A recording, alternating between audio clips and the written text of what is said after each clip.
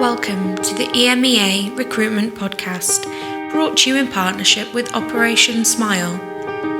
We're raising vital funds and awareness for Operation Smile to deliver life-changing surgery to children around the world with cleft lip and palate.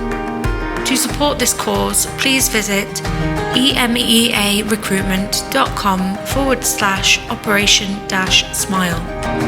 In this episode, we speak to Marika Lindstrom, Head of Indirect Materials and Services Procurement at Phillip Morris International. She explains the importance of diversity in procurement. So hello everybody, welcome to the next episode of the EMEA Recruitment podcast, in partnership as ever with our good friends over at Operation Smile. So as my colleague Rose has mentioned, we're delighted to welcome Marika onto the show today. So hopefully all is well with you, Marika. All is well, thank you, and thanks for having me.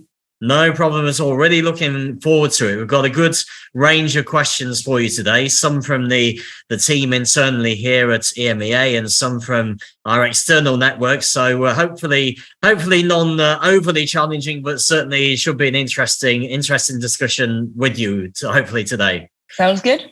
Cool. So the first question really to help you settle into the discussion, and it's linked to our partnership with Operation Smile. I usually like to ask the guests, what was the last thing that made you smile? Oh, that has to be my daughter. She has her cousin visiting her here in Switzerland, and it's been fun to watch girls having a good time together.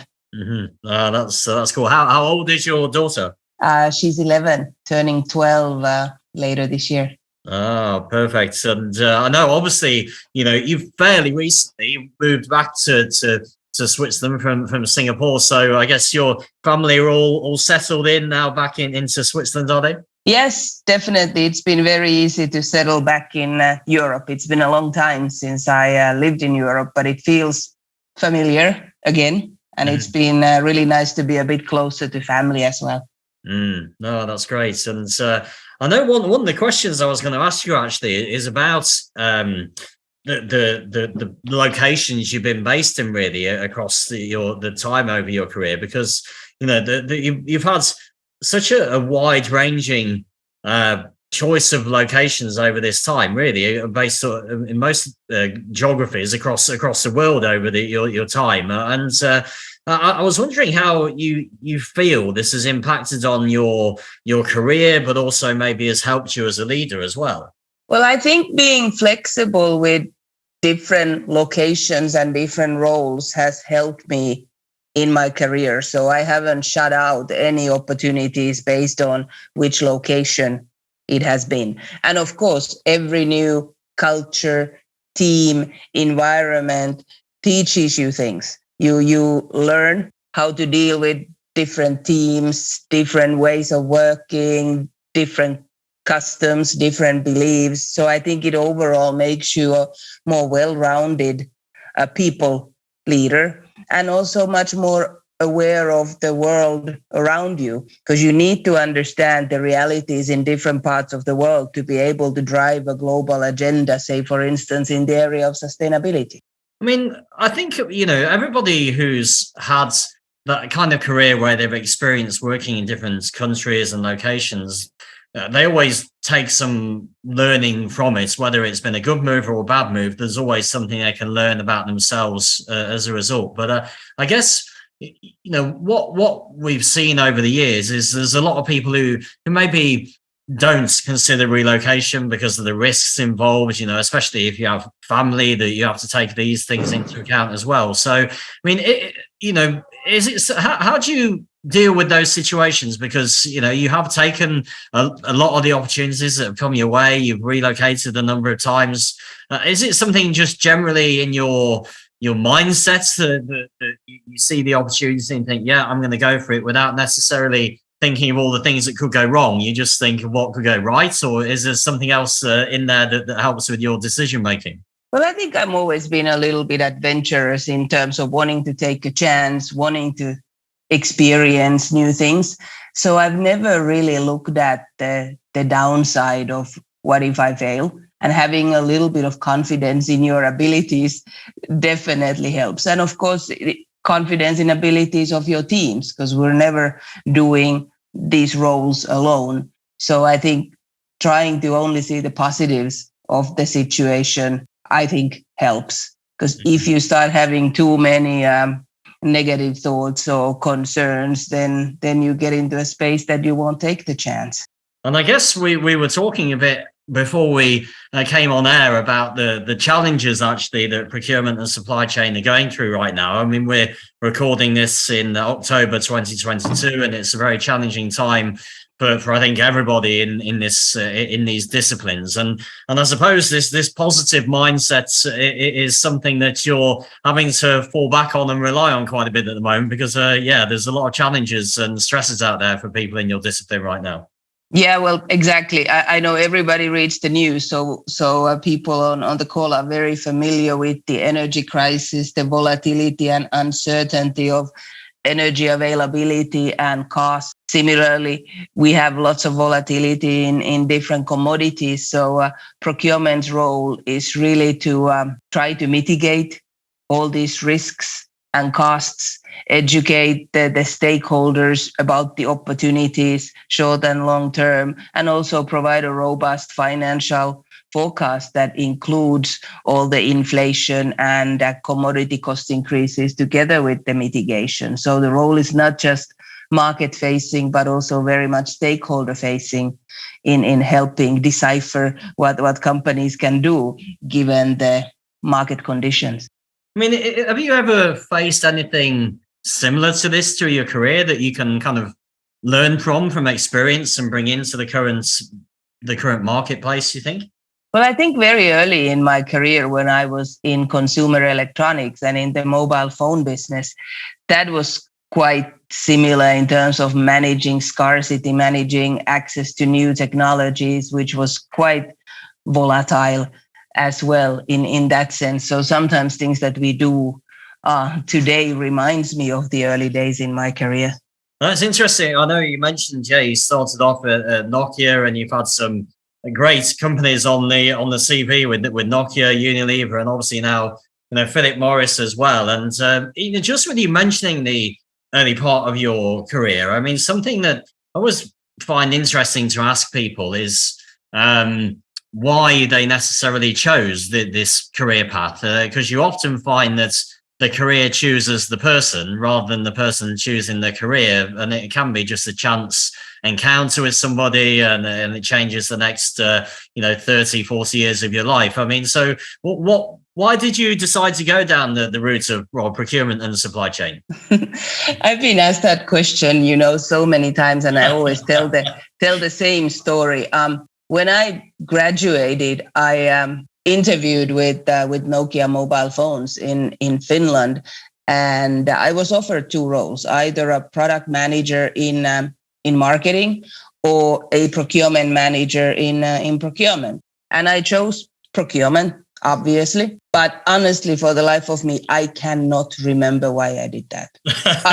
I chose well in hindsight, but I really don't remember. And I guess I was a little bit self-aware already back in the day that I wouldn't necessarily make a very good marketeer or a salesperson, that this type of a bit more analytical but commercial role that we do in procurement would be a better fit for me. I mean, and what does it feel like now? I mean, obviously, just short of a year in your new role at Phillip Morris as the head of indirect materials and services procurement, and we mentioned earlier you kind of relocated from Singapore to Switzerland for the role. So I suppose it's still relatively early days. So we're just coming up to the year there. But so what does it feel like to be in this role now? It's been a fantastic change, I have to say. New company, completely new industry, new location, and a departure from direct materials and supply chain that I used to do in my latest roles at Unilever towards the indirects again. And I find it very refreshing to be on the indirect side of procurement again, where stakeholder engagement plays such a critical role, and you become almost a salesperson of procurement not just doing the core procurement work, but also stakeholder engagement and education, which is nice. And I haven't done that part of procurement in a while. Mm-hmm. So it's been good so far, and the company's been very, very welcoming. So it's all good. No, it's good. And what's interesting, I know in the question before you mentioned you didn't necessarily see yourself as a salesperson, but actually as part of your job now, there is a lot of sales or certainly relationship building in that. So maybe you underestimated yourself as a salesperson back then. Yeah, I don't know. I think I've acquired some engagement skills over the years. Let's put it that way. And I mean, obviously, I thought it'd be good to ask you a bit about what you're really passionate about as part of the discipline, because you've obviously done some amazing stuff over the years with some of the top companies out there, and I think you often find that the people who really excel in their careers, they're not just doing it because they see it as a job, but they're doing it because there's something passionate there that they really enjoy. I mean, are there key things about the discipline that really kind of get you out of bed on a cold winter's morning and get you excited to get into the office and get cracking on? Well, I think there are two things. There's the impact, and then there's people. So let me talk about the impact first. When you're buying goods or services, we provide livelihoods for potentially hundreds of thousands of people by acquiring the goods and services. And that also gives us the opportunity to influence the vast supply base and drive things like sustainability, no deforestation, less plastic use, carbon reduction, and also drive social impact of minimum wage, working conditions, safety, security, things like that. So the opportunity of making an impact is tremendous in procurement. And I think we should be very proud of it. The other area is, of course, people. I think it's fantastic to see younger practitioners grow, learn, become more than buyers, become influencers, if you will, business partners, advisors to the business. So that gives me tremendous pride as well when I can see people develop through the ranks within our profession.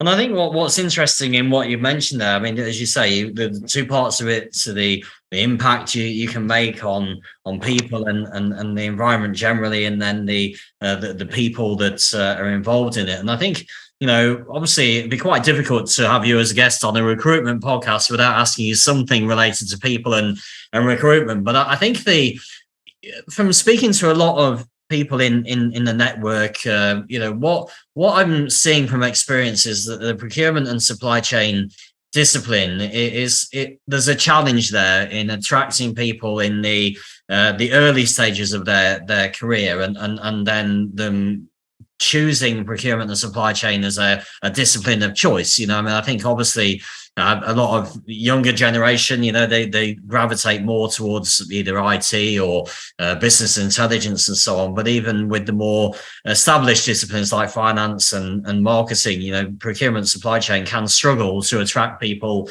in the early stages. And you see there are challenges there, but I think, are there any bits of, let's say, advice you might give to somebody who's at that stage of their career where they're wondering what direction to go? I mean, you've touched on it a little bit there with the impact that can be made and the great career path you can have. But any other things you can think of as to why someone would choose a career in supply chain and procurement?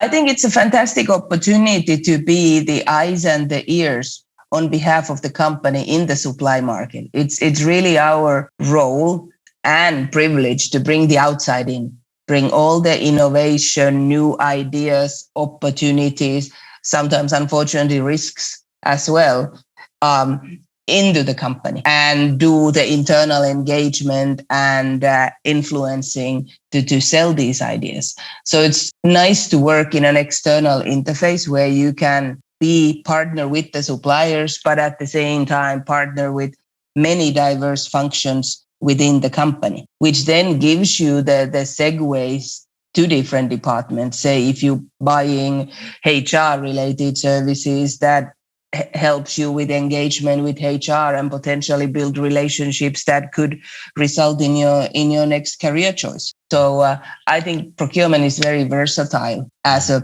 profession with multiple interfaces that can open many, many doors in the future.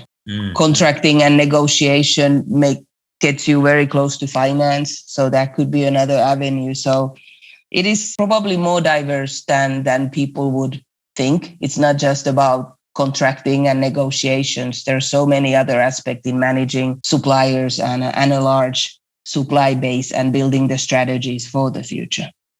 But it can also be a bit, well, some people might like it because it's also very measurable. We are measured for savings, whether we like it or not. But then for others, it can be a bit daunting as well. Hi everybody, it's Paul Thomas here. I hope that you're well and you're enjoying the podcast so far. Thank you once again for your continued support listening to the podcast. I just wanted to break into the recording to talk to you about a really exciting partnership that EMEA Recruitment has along with Operation Smile. And as founder of EMEA Recruitment, it's an honour and a privilege to announce this partnership. Personally, I was born with a cleft lip and palate, so the mission of Operation Smile is something that I have a strong personal connection with. It's not an understatement to say that the dentists and surgeons that helped me were life changers. It's not only about the actual operations that take place, the support and care post and pre-operation are beyond value, and from personal experience I can only say that I'd not be the confident, happy person I am today without this support. I want to help children experience the support and care and skill that I experienced on my journey and hope that we can do this along with Operation Smile.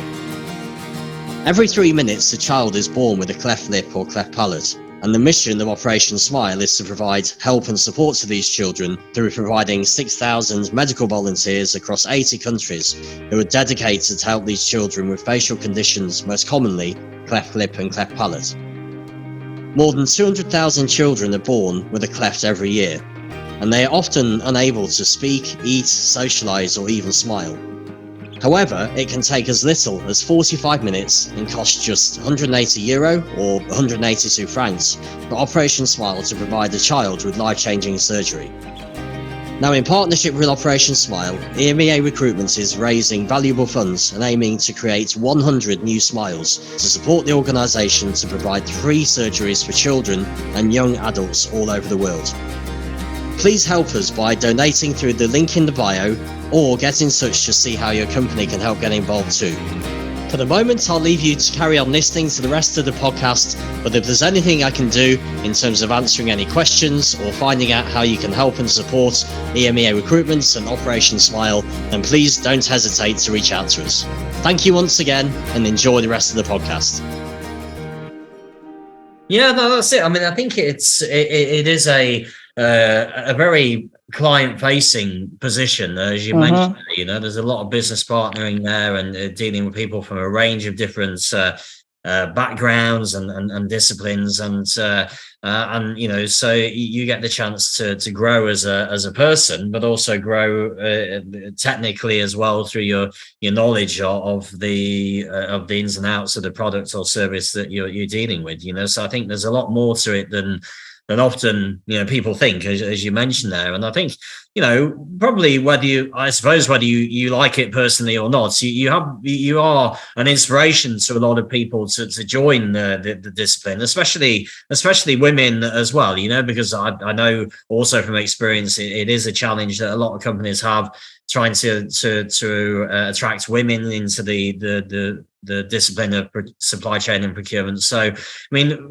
is there any advice specifically to women you would give to trying to get into the discipline, or do you think it's the same as what you mentioned earlier? Really?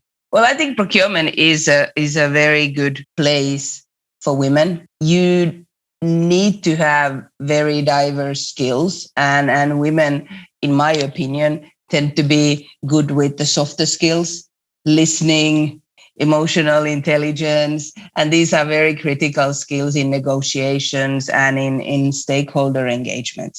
I don't want to say that procurement only works for women, but I think it's one of the areas where we already have quite a large population of practitioners. So there's critical mass in procurement departments as well for inclusion, not just diversity, but also inclusion. No, I mean, I think the facts would back that up as well. Your comment about the strengths that women can bring to the discipline. I mean, we see it ourselves, when there are job postings out there, the job postings that are focused more on the softer skills attract more female applicants, and the job profiles that are focused more on the harder skills end up getting more male applicants. That's why we try to make sure that job profiles, when they're written, are done in a way that you try to attract a balanced shortlist of individuals. And so, yeah, what you mentioned there, the facts would back that up as well, in terms of the softer skills being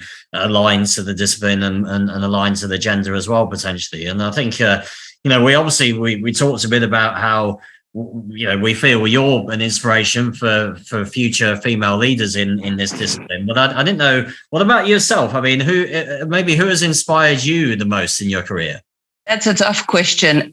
I think I enjoy female leadership. So I like following senior female leaders in companies, in social platforms like LinkedIn. So that inspires me a lot. I don't want to name names, but female leadership overall is a source of inspiration for me. I get inspired by my peers. I get inspired by people I work with on a daily basis. Of course, my family and friends. So there are many sources of inspiration. But I do like seeing a job well done and people being successful. That is inspiring. And I think that you talked a bit about jobs being done well, and we talked a bit about people and how that can result in surrounding yourself with great people can result in a great career and jobs being done well. But I think one of the things that I think is a discussion point for a lot of people at the moment is the changing world, I guess, related to the impact of business intelligence and data. I mean, it's impacting on all of our lives at home and at work, So I didn't know, do you feel the information that's now being gathered from BI and data, how do you think that's going to assist procurement function in the future?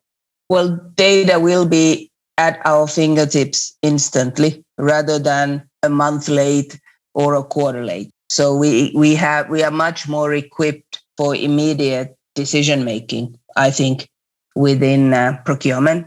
And on the other hand, we cannot hide behind the lack of data. So I think it's overall a very positive thing. Having said that, also good data is starting to become table stakes across organizations. So having good quality data is not necessarily a competitive advantage so much anymore because it's available to everybody, which I think is okay. But I think it makes us stronger in procurement that we have all those tools at our disposal and data immediately available. Do you think it will change the profiles of successful people in procurement and supply chain? Typically, we talked about it earlier, the softer skills, being very important. But then if you have the discipline and roles being more almost data driven, do you think it will change? It will take away the softer elements of the job at some point? Not necessarily, because data can also be noise. And I think our job is to cut through the noise and find the relevant pieces of information or relevant data for business decision making now and in the future. So we really need to dissect the data and make it actionable, because just having analytics without any insights doesn't really help drive the business. And it's our job, I think, to translate all these analytics that are available into relevant business insights and recommendations as the trusted business advisors. So I think it does still require the soft skills and the analytical skills and almost strategic skills to come up with the point of view amongst all the data that is available to us.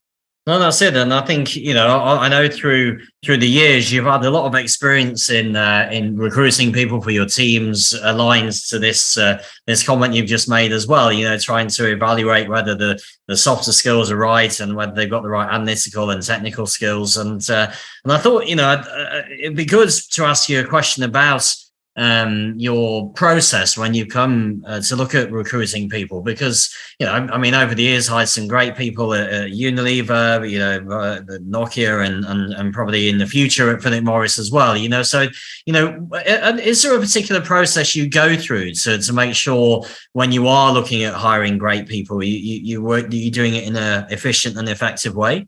Yeah, well, first of all, and you know this very well, I want to see a balanced slate of candidates, male, female, diverse backgrounds, different cultures, different ethnicities, all that. I think the starting point needs to be as diverse as possible.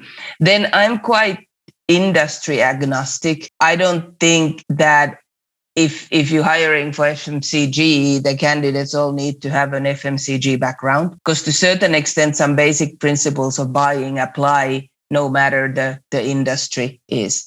So I'm more looking like a good person fit rather than an industry fit. Relevant experience is always good, but I'm also very interested in the person behind the CV or the resume, like how do we get along, how the conversation goes, how they show up as a person, the energy, the hunger to learn, the professional curiosity, even sense of humor. I think all that matters. Yeah, no, that's it. So it's, you say, the cultural fit, getting to know the person, behind the CV, having someone who's eager and hungry to learn, ultimately, if they have these character traits, then they can fit in and do most things. It's and less the influence in terms of the industry experience they've had so far. So that's kind of makes sense. And I mean, obviously, I thought it'd be good to kind of ask you as well. If you were reflecting back, on your life and career, I thought I'd kind of end the podcast with maybe a bit of a humorous question. I know we started one on a bit of a humorous one, so I thought we'd end on one as well. I mean, if you're looking back and you were having a conversation with the 18-year-old version of yourself, what would be one piece of kind of life-changing advice you give to the 18-year-old Marika? Oh, definitely become a dentist. That's what I'm telling my daughter, that please become a dentist. That would be a fantastic profession.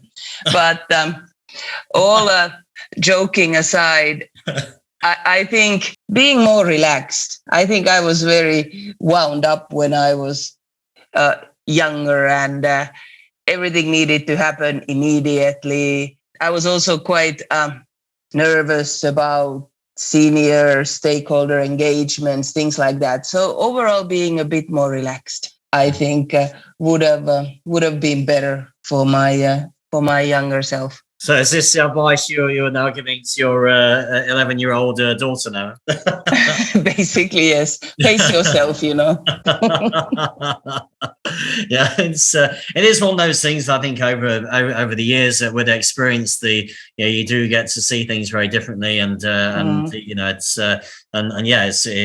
unfortunate that often that doesn't happen until we're a bit older, but it'd be great if we were able to do that when we're 18. But it was it was good. So I thought a good way to answer the question, and a great way to finish off the podcast as well. So as I say, delighted to have you as a guest on the show today, Marika. And if any of the audience wants to reach out to you directly, what's the easiest way they can do that? Well, they can find me in LinkedIn, and I'm very happy to engage. So thanks for the opportunity. No problem at all. And what we'll do, we'll make sure we put your LinkedIn connection on the post as well, to make it easy for people to connect you. And once again, huge thanks. I know the audience will have taken a lot from this as well, and I've really enjoyed it. So thanks again for your time, and hopefully the challenges that are coming up in the next few months go as smoothly as possible. Thank you. Thanks a lot. Bye-bye. Bye. Bye. Thank you for listening to today's podcast episode. If you'd like to reach out to Paul or myself, please feel free to send a connection through on LinkedIn. And if you'd like to listen to previous episodes of the podcast, you can find them all at our website, www.emearecruitment.eu.